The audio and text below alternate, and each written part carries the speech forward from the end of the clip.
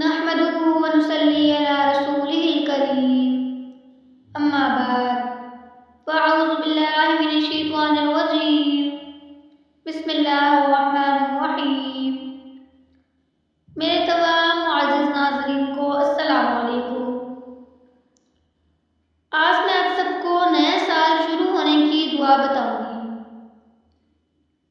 تو آپ سب سے گزارش ہے کہ اس دعا کو پڑھنے کا ضرور اہتمام فرمائیں۔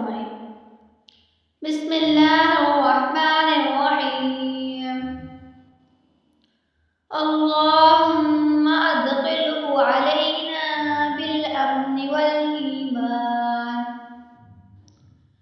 والایمان والسلامة والاسلام ورضوان من الرحمن وجوار من الشیطان۔